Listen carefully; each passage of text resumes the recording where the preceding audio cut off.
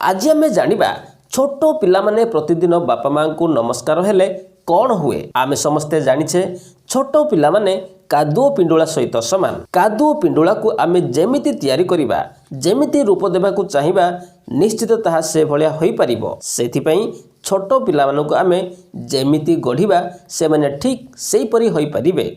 प्रत्येक पिला बापा माँ को सकाळु बिछणारू उठी नमस्कार हेबा उचित। एहा द्वारा बापा माँ को सहित पिला मानकर आंतरिकता, स्नेह, श्रद्धा निकटतर होइथाए। पिला जेते बड़ हेले मध्य सेही स्नेह श्रद्धा को केबे भूली परिबो नाही। एहा द्वारा पिला कौनसी कुपथ को जीवाकू केबे साहस करिबो नाही, कारण बापा माँ को तार भय थाए। छोट पिला माने सर्वदा बापा माँकर कथावार्ता, व्यवहार, चालीचलन को लक्ष्य करती एवं बापा माँ परि हेबाकू सेमाने चाहती। प्रतिदिन नमस्कार हेबा द्वारा परिवार मध्यरे गोटे सुंदर परिवेश और सुंदर संस्कार गठन हुए। एथिपाई आमे सर्वदा छोट पिलामानंकु सकाळु उठी बापा माँ को नमस्कार करने शिखेबाकू पड़िबो। आशा करे एही वीडियो माध्यम रे आपण माने निज घरे थिबा छोट पिलामानंकु एही संस्कार शिखै पारिबे, जहा द्वारा सेमाने भविष्यत जड़े उत्तम मनुष्य रूपे तैयारी होई पारिबे।